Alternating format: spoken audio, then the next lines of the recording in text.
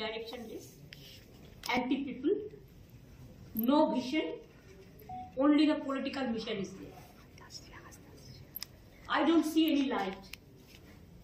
It is a dark, dark and dark.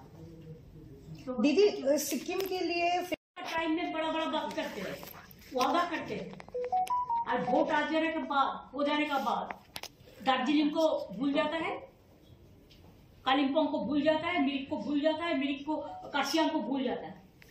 ये उसको नहीं चाहिए। ये तो दार्जिलिंग का पहाड़ी भाई बहनों को इसको याद रखना चाहिए।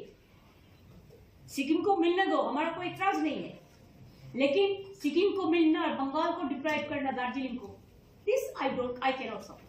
दीदी দুর্ঘটনা হয়েছে কিন্তু রেলের জন্য কোনো কোটি টাকার উপর আমরা পাই সেন্ট্রাল গভর্নমেন্টের কাছে।